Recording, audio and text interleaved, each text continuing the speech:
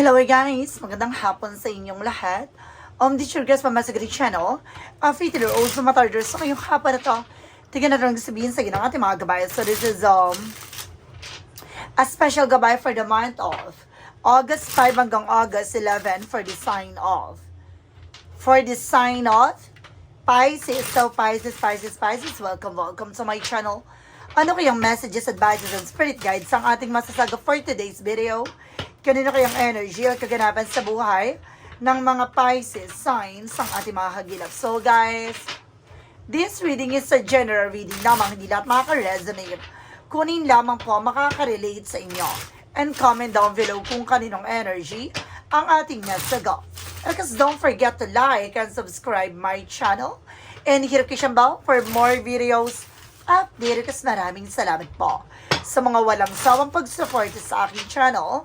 Lalo-lalo na ang skip ng ads na way pagpalain kayo ng Diyos at may kapal siksik-liglig na guumapaw na biyayang manang balik sa inyo. So let's see guys, what is the messages, advices sa iyo ng ating angel spirit for the sign of Pisces. So let's see and watch this. Ano kaya kaganapan sa buhay ng mga Pisces signs ang ating mga hagilap? Tutuklasin at bubulabugin natin. Angel Spirit, please give me any information po. So there's a Knight of Swords, there's a success driven, na may mga bagay na bibilis ang takbo ng sitwasyon. No? Magiging matagumpay ka na sa sitwasyon na gusto mong mangyari sa buhay mo. And because there's something, the Six of Wands for victory is yours, talagang tagumpay. No, talagang magsasucceed ka sa gagawin mong plano. And of course, may mga bagay ka na gustong gawin, talagang mapagtatagumpayan mo ito. And of course, there's an Ace of Cups, something a new love coming in. May bagong pag-ibig na paparating. There's something a new love coming in. Now, there's a new romantic cycles. No, maaaring ibabalik ang kilig, relasyon, pagmamahal. There's a Two of Cups with a partnership. Nasa pakikipag-ugnayan, sa pakikipag-usap, sa pakikipag-collaborate, no? There's a partnership. And there's an unconditional love. Talaga may pagmamahal na hindi mo matatawaran. No? Pagdating sa buhay, pag-ibig, magiging matagumpay ka ngayon. Talagang iba yung bugso ng pagmamahal, no? And there's a Four of Pentacles, sinasabi protectionan mo at pangalagaan mo yung grounds mo, even your territory. So, saving money. And there's a Two of Swords, there's a something decisions that you need to make. So, may mga bagay o desisyon ka na kailangan mong gawin. No? Kailangan mong mag-decide agad-agad. Na naguguluhan ka, but you need to pinpoint. No? Tapusin na. No? Ang kaguluhan sa iyong isipan. There's a sour moment for major changes. Some of you, malaking pagbabago na magaganap sa buhay mo. No? Maaaring may mga bagay na iikot na ang kapalaran at maaaring pumabor na sa iyo. What is the Six of Wands? Represent that everything is fine. Talagang pinipilit mong ilaban, no? Kahit nahihirapan ka na, basta magtagumpay ka lamang. Diba? Hindi mo pinapakita, no, na nahihirapan ka na sa situation, bagkos, no, talagang tinututukan mo na mapagtagumpay at baguhin na ang ikot ng kapalaran mo. And there's a King of Pentacles, magiging secure, magiging practical ka na this time, or maaaring itong bagay na ito magbubukas sa panibagong chapter pagdating sa buhay, pag-ibig at relasyon. And there's a Knight of Wands, konting tiyaga na lang, no? Maaaring magsasucceed ka na rin dyan. Na may mga bagay na kailangan mo na pagtiyagaan for a meantime, dahil may mga bagay talaga na kailangan mo hantayin yung tamang pagkakataon. So, this is something yung pagtiyaga. No, resilience, no? Or resilience, I think this is something resilient. Na maaaring kailangan mo magtiyaga sa kung naman yung bagay na meron ka. And there's a sun ka with a pure positive outcome. Magsasucceed ka. Talagang sinasabi dito, matuto ka at proteksyonan at pangalagaan kung ano man yung bagay na hawak-hawak mo. Huwag mong hayaang agawin ito sa'yo. Parang sinasabi dito guys na parang, akin lang ang asawa ko. Ay, masabog ka dyan. And there's a page of surveying curiosity. So, kailangan maging mabusisi, tuklasin, at tunawain ng mga bagay-bagay sa likod nito. So, kailangan mo mag-decide na itong bagay na to ay priorities mo dapat, no, unawain, tuklasin, at pag-aralan ng mabuti. For the additional messages, So there's something the Nine of Pentacles, being secure and slow and steady. Pangalagaan, proteksyonan mo at maging mahinahon ka sa bawat kilos at galaw mo. No, baguhin mo ng mga kamalian, mga maling sistema, malingan nakasanayan. And there's the Queen of Cups, emotional healing sa maging kalmado kapag dating sa emosyon. No, kumbaga sila dito yung tension, maging kalmado ka, huwag ka magmadali. No, tilaban mo para magtagumpay ka, matuto kang kumalma. Huwag ka magpapa-apekto sa sasabihin ng iba, sa iisipin nila, 'di ba? Kasi pag yan ang inuna mo, hindi ka magiging masaya. There's an emotional intelligence. Pagdating sa emosyon, kailangan kalmado at marunong ka dapat sumabay sa agos ng eksena. Hindi ka pa dadala dapat dito. And there's a Three of Swords, something pain. So some of you guys talagang, there's a something pain na maaaring nire-represent talagang mayroong kirot. No? Mayroong talagang third wheel or inggit error pagdating sa inyong relasyon. So maging ingat ka, maging practical ka at secure ka. At sinasabi dito with the Hangman, so something, you're feeling stuck. No? You're feeling abandonment. You're feeling imprisonment from this moment. No? Kaya kailangan magtiyaga ka lang for a meantime. Kailangan mo lang baguhin yung perspective mo na kung paano ka makipag-usap, makipag-collaborate for your person. Na maaaring, kumbaga ngayon nakakaranas ka ng delays, cancellation, pero ang sinasabi dito, kaugnay nito ay kailangan mong pagtiyagaan, no? Dahil kailangan nyo lang ng tamang komunikasyon. Communicate is the key, no? Kulang lang kayo with a heart-to-heart conversation. No? Dahil nagkakaroon ng parang pataasan ng pride. So, kailangan matuto kang maging humble, no? And there's a Seven of Pentacles with a harvest moment. Ani ka na. Na mga pinaghirapan, mga bagay na pinagpaguran mo, makakamtan mo ito. At magiging na maganda ang kalalabasan nito. No, mas matututo ka ng proteksyonan mo at maging masinop at secure sa kung ano man yung bagay na meron ka. There's an Ace of Swords, mental clarity. Liliwanag din ang utak mo dito about sa mga desisyon. No, there's a decision making na kailangan mo munang pag-aralang mabuti, no, para walang aw sa pao. What is additional messages for the outcome? For the outcome, this is something is Seven of Cups, something confusion. Maring naguguluhan ka kaya kailangan maging mahinahon ka. No, magiging mabilis ang proseso, magiging mabilis ang progreso. Kailangan maging mahinahon ka dahil may mga biglang pagbabago dito na maaaring idulot ng pagkasira, na pagkawala, pagkawasa. Kailangan maging ingat ka sa mga pipili mong opportunity. And this is something that is a pentacle with a big shot and big money coming in. May malaking perang pasabog na darating. No, kailangan matuto kang kumalma na mag-succeed ka dyan sa gusto mo mangyari sa buhay mo. Dahil titignan dito, no, ang iyong tensyon, ang iyong emosyon. Kung kaya mo pa bang gamayan at maging kalmado sa lahat ng panahon. No, parang iinisin ka dito eh. Parang gano'n. May nasasense ako na parang susubukin ka dito, gano'n. And there's something that's Ten of Pentacles. Magkakaroon ka ng long-term success. Hindi lang pagdating sa pag-ibig, hindi lang tungkol sa relasyon, hindi lang tungkol sa pamilya. Tungkol din siya sa finances and resource of income, even your health. No? Talagang gaganda na ang kalusugan mo sa likod ng mga pigati. May mga bagay pagsubok lang dyan na maaaring pinatatag ka lang ng pagkakataon. And there's an Empress card for River. This is something disconnect from the world. So, kailangan mo talagang dumistansya, kumawala sa mga taong nagbibigay negatibo sa buhay mo. May mga taong hihila sa ipababa, no? Kaya kailangan natuto kang proteksyonan nito at pangalagaan mo ano man yung bagay na meron ka. Huwag kang magpapaniwala sa mga taong nasa paligid mo dahil hindi ka tunay magiging masaya kung magpapa-apekto ka sa kanila. Diba? Dapat alam mo sa sarili mo pinaniniwala mo. Meron kang sariling disposition sa buhay mo. Hindi mo kailangan dumepende sa ibang tao. And there's a justice card. Justisya ay maaaring makamtan mo. Now, there's something the justice will be served. Talagang, ano man yung bagay na gagawin mo magre-reflect sa'yo. There's something what goes around comes around. Kaya lahat ng bagay na gagawin mo, dapat alam mo ang kahihinatnan. Now, face the consequences and request cause and effect. Now, titignan mo kung magiging impact nito sa situations mo. What is additional messages? And there's a Five of Swords. Nagkakaroon ng self-sabotage that because of your action and decisions. So, kaya kailangan maging aware tayo, no? Isa sa bagay na pakakatandaan mo na kailangan maging mabusisi ka sa mga tao sa paligid mo. Magdesisyon ka. Aralin mo at unawain mo sa likod nito. Dahil mamaya, ginigisa ka na sa sarili mong mantika. Na dahil mamaya, sinasabi dito, maaaring ginagamit ka nilang nila. Diba? Kaya kailangan maging aware ka na kung para maging tunay na masaya ka, wag kang depende sa ibang tao, no? Mag-concentrate ka kung ano ba talagang priorities mo, ano ba talagang plano mo, no? Ano ba talagang pangarap mo, no? Yun yung kailangan mag-focus. So let's see.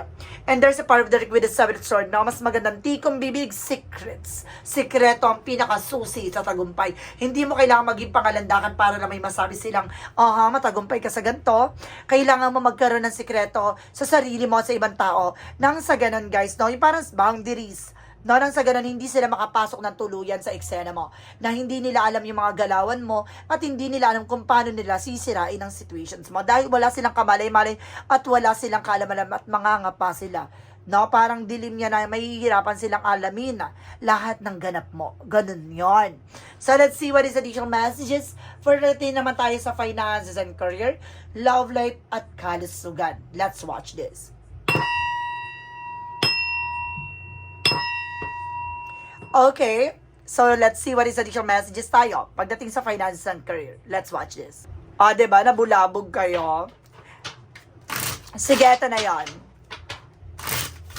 Pagdating tayo sa finances and career, so there's a Three of Pentacles, collaborations. Now, communicate clearly. So, kailangan mo talaga makipag-communicate.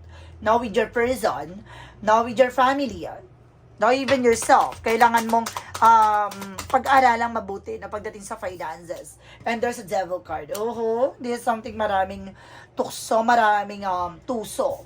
No, there's the Judgment for paalala. No, pagdating dyan sa trabaho, negosyo mo, mag-ingat ka. No, mayroong, kumbaga, sumusubok pabagsakin ka. O talagang mayroong gumagawa ng hindi maganda. Spicy. There is a Knight of Cups. Maraming offer na paparating. There's a promotion, proposal, pag-ingatan mo ito, no? At kung ano man yung bagay na hinihintay mo, darating na ito. Some of you magkakaroon ka ng trouble, no? Makinig ka, there's a Four of Swords, hindi ka makatulog, no? Nag-overpatig ka, you're feeling exhausted. Huwag ka tatanggap ng pagkain sa ibang tao, ha? Etong bagay na to, parang feeling ko, lalagyan ka ng karamdaman para hindi matuloy, no, yung balak mo or plano mo. No, some of you magka-travel ka na, no, aalis ka na. No, may nasisens ako dito na mayroong specific locations, guys. No, there's a Middle East. May nakikita ako na doon ka mag-work. No? And there's a Europe. At the same time, there's something, okay, Asia then. Okay, thank you. So there's something, guys, with the Three of Pentacles. Represent with the Eight of Wands. So there's a past communication and past moment. So, ibig sabihin dito, guys, pagdating sa love life mo, kailangan magkaroon ng tamang komunikasyon. No, there's something, a movement, mari magta-travel kayo ng person mo, or magkakaroon ka ng heart-to-heart conversations, collaboration, and there's a temperature. May sumasabot tayo sa inyong relasyon. Now, pag-ingatan mo ito, may tumatrader sa inyo. See, there's an Eight of Pentacles, tinatrabaho nila kayo. No, gusto nilang sirain ang inyong relasyon. See, there's a Nine of Pentacles, there's a blossoming. Kasi may potential para maging malago kayong dalawa mag-asawa eh. Sabi ko na nga ba, may nagbibigay pabigat eh. No? I think this is something family related. No, kung hindi ka workers, see, ka kompetensya. Sabi ko na nga ba, with the Five of Wands eh. Alam mo guys, nasasense ka dito, it's either the third party. No, third party, not specifically about sa love life. No, tungkol din to sa family, toxic family. Maring provider ka sa pamilya. No, ayaw nitong, yung buong attention mo ay dun sa partner mo. No, kaya ginawang ka nito. No, there's an Hiephysys. No, there's something hidden na dyan, dark hidden enemy. Sabi ko na eh, ang pinakalason ay nasa loob lang ng cycle mo. No, magkaroon ka ng boundaries. Oh my God, bakit ganun? Madalas talaga, no? Ang mismo tumatrader sariling kamag-anak at pamilya, my God, or kaibigan mo pa. And there's the world, there is something, trouble, success. Kailangan mo mag-disconnect from the world, ha? Huwag ka nagbibigay ng informations, no? Kailangan magkaroon ka ng sarili mong, disposition. See, huwag ka nagtitiwala ng lubos. Na magkakaroon ka ng healing dito, sinusubukan ng iyong pananampalataya at tiwala. No, there's a movement and changes. No, magkakaroon ng mga pagbabago dito kung dedepensahan mo yung sarili mo laban sa toxic na to. No, I think there's something toxic family, guys. Talaga. See, there's a temperance without healing and recovery. There's a pay attention. No, this is a perfect timing para kailangan mo na pakawalan yung sarili mo. Alam mo, I think you are also breadwinner. No, maring ikaw yung nagko-provide for the families, ganyan. Kaya, ginagawan ka. There's a 2 Pentacles para sinasabi dito maging balanse ka. No? Huwag ka nang masyadong open sa kanila sa mga eksena mo. Oh my God, pating kaligayahan mo dinadamay ha, pati sa relasyon. Sinisira nito para buong attention mo ay sa kanila lamang. Bakit may mga ganun tao, no? So, let's see what is the magical fairy messages, advices.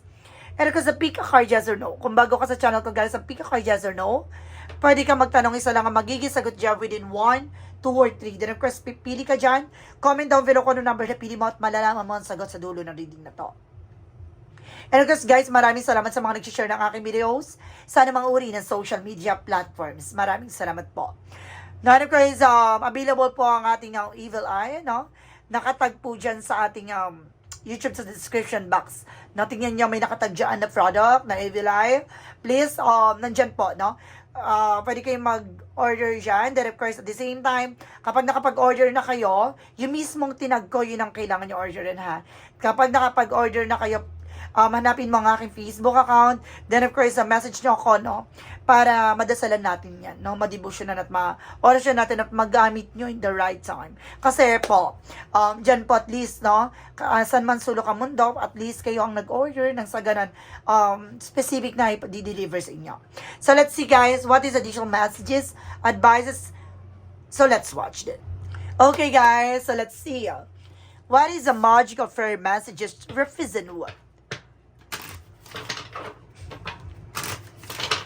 With the magical fairy messages represent a spiritual teacher. Kailangan ng albularyong tutulong sa'yo. Diba? Sabi ko na nga, no, malaking factor dito yung love life. Ginugulo nilang yung relasyon, pag-ibig at kaligayahan. Sad to say, no? And ask for what you want, no? Lumapit ka sa ating universe, sa ating Panginoon. Ano man yung bagay na kailangan mo. Humingi ka ng gabay sa kanila. So, let's see what is the yin and yang oracle card. Represent what?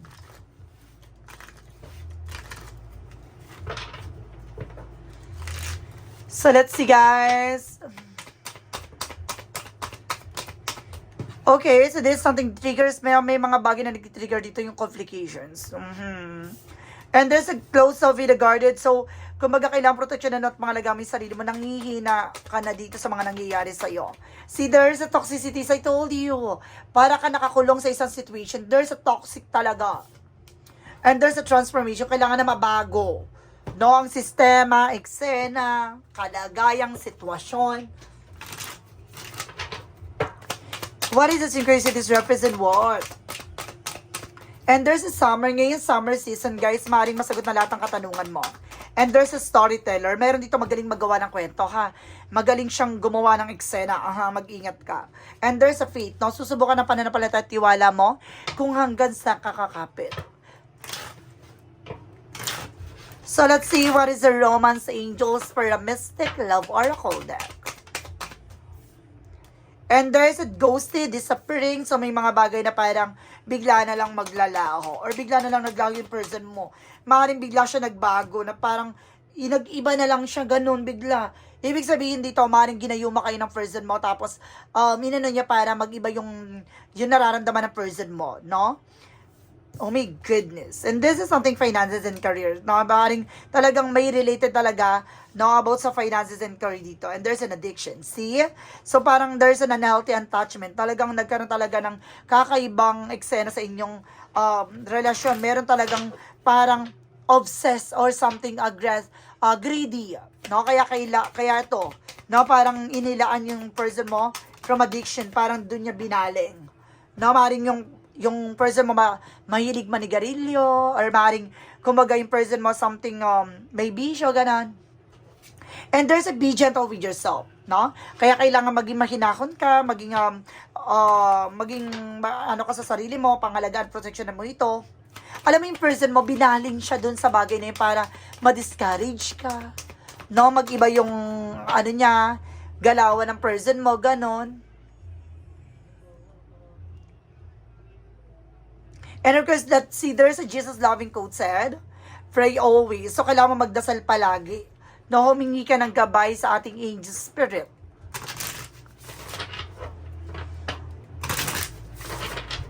So let's see what is the additional messages for Money Oracle deck. Represent with a new beginning. So magkakaroon talaga ng bagong simula. Hit the reset button. Kailangan mo talagang linisin. Alisin yun na sa paligid mo. No, para maging maayos yung cycle ng buhay mo. No, hanggat hindi ka nagdi-disconnect dyan sa toxic ng mundo, hindi magiging maganda kapalaran mo. And there's a 21-21 with the energy level. Sorry. Okay. The day you're waiting for will come. Maintain discipline. You're getting closer to your end goal. There's no need to overextend yourself. Guard your energy to remain focused. Energy will pay off. It's a climb that elevator ride. Trust in you. Nagtiwala ka sa sarili mo. Na lahat ng bagay na to ay mayroong magandang kahihinatnan. Antayin mo yung tamang pagkakataon. Magkaroon ka ng disiplina sa sarili mo. Huwag mong madaliin ang tamang proseso. No? The more na magmamadali ka, the more na magkakakamali ka. Just wait for perfect timing. So there's something, guys, with a clarifying for a love situation. Represent what?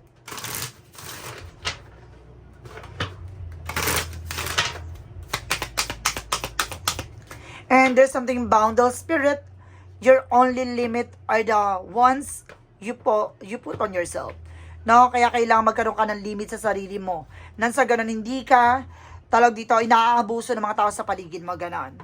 So there is a shadow work represent what?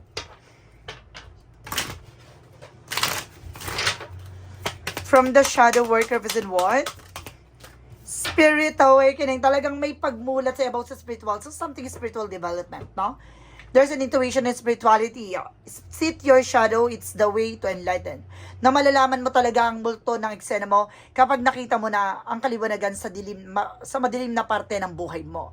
No, doon mo matutuklasan na may mga bagay na nagbibigay takot sa iyo na kailangan mong labanan nito. Let's see what is the clarifying for a life situation.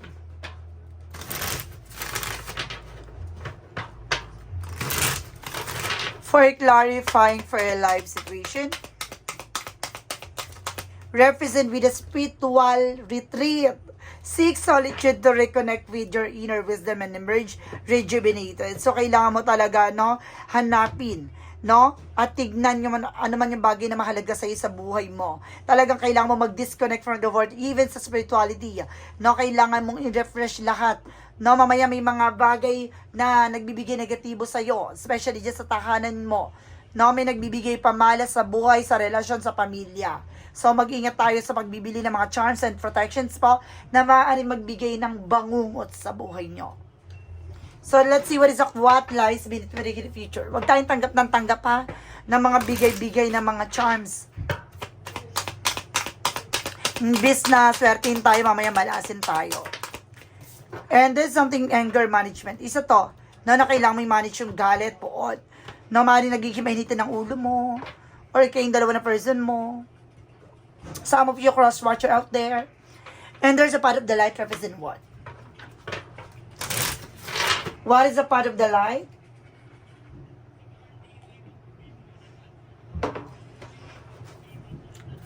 Represent what? And there's a trust. Oh. I believe in life and strength within me. Every moment guides me closer to the light. And I trust that everything on my path, even the challenges, is a part of my journey towards growth and progress. Diba, dadaloy na. Na maniwala ka sa sarili mo at magtiwala ka, lalakasan mo ang loob mo. Lahat ng bagay nito ay maaaring may sa kataparan mo. Napakalapit mo na para magtagumpay. Napakalapit mo na sa liwanag. Unti-unti mo na itong masisilayan at makikita ang totoong kahulugan. So guys, let's see what is the pick a card, yes or no. Alamin natin ang magiging sagot sa tanong mo. Let's watch this. Okay, we're back. So let's see, alamin natin yung magiging sagot with a yes or no. Pick a card. So, alam ko nakapag-isip ka na ng tanong at nakapili ka na anong number ang gusto mo na magiging sagot sa tanong mo. So, kung sino yung nakapili na number 1, eto na yon. So, let's start with the number 1. There's a yes. Safety ahead, navigate towards security. Sina talagang napaka-safe or maingat tong bagay na to at magiging mas, ano ka dito, kumbaga, secure ka, no? Ang buhay mo at sitwasyon mo, no? Kailangan mo talaga mag-disconnect sa mundong to na wala ka talagang walang kahit na sino makakalapit sa'yo, parang ganon. na kailangan mo munang walang kahit na sino magkakaroon ng bagay na para maapektuhan ka, ganon. Kailangan matuto tayong proteksyon at pangalagaan yung sarili natin. At this is the moment para maging secure ka na. Now, there's a yes. Number 2, there's a no. Unfinished business, lose and feel restlessness. So, parang pili mo, wala ng pag-asa. May mga bagay na hindi natapos na hanggang doon na lang siguro talaga. No, hindi mo na kailangan ipaglaban yung bagay na to dahil kung may mga bagay na natapos ay hanggang doon na lang siguro na wala na talagang dapat pang i-continue or ituloy pa. No, kaya kailangan ng tapusin na. And there is a yes with the number 3. Choose a path and proceed confidently. So, pumili ka ng daan at kailangan, sa pagpatuloy mo nito, kailangan may kumpiyansa at mayroon kang paninindigan sa sarili mo. Huwag kang matakot sa posibilidad na mangyayari. Bagkos, kailangan maniwala ka sa sarili mo na kaya mo ito. So, guys, this is a special gabay for the month of August 5 hanggang August 11. For the sign of Pisces. So, Pisces, maraming salamat po for this wonderful reading. So, once again, this reading is a general reading lamang, hindi lahat makaka-resonate. Kunin lamang po makaka-relate sa inyo and comment down below kung kaninong energy ang ating nasagot. And of don't forget to like and subscribe my channel and hit the notification bell for more videos updates. Maraming salamat po sa mga walang sawang pag-support sa aking channel. Lalo-lalo na ang skip ng ads na way pagpalain po kayo ng Diyos at may kapal sikliglig na gumapaw na biyayang manambalik sa inyo. Maraming salamat po in the next video. Bye-bye and babush!